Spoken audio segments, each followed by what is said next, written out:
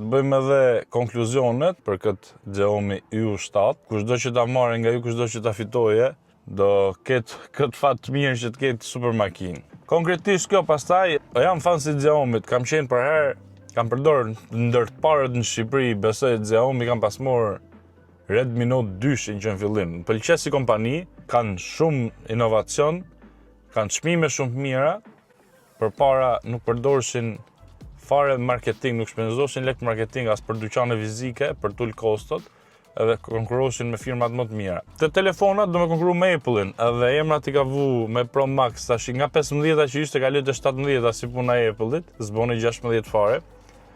Te makina do të konkurru me Tesla-n, edhe në shumë tregje po shet më shumë se Tesla. Prandaj ka vu SU edhe X edhe YU për Tesla-n model Y. Këtë ka rivalin kryesore, Tesla-n model Y. Po me këtë lloj dizajni, këtë lloj inovacioni, Tesla kam hyp, janë të thjeshta, minimaliste si dizajn, po kjo nuk është thjesht minimaliste, është aty ku duhet, po i ka edhe të gjitha gjonat e tjera. Shumë e veçantë, më ka pëlqyer shumë.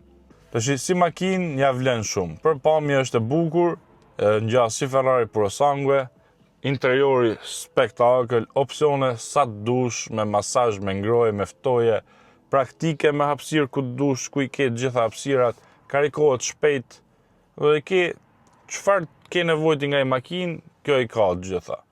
Edhe kostot e mirëmbajtjes janë shumë të ulta për këto se edhe ferrotat si argjose rigjenero, kur heq komën nga gazi freno vetë.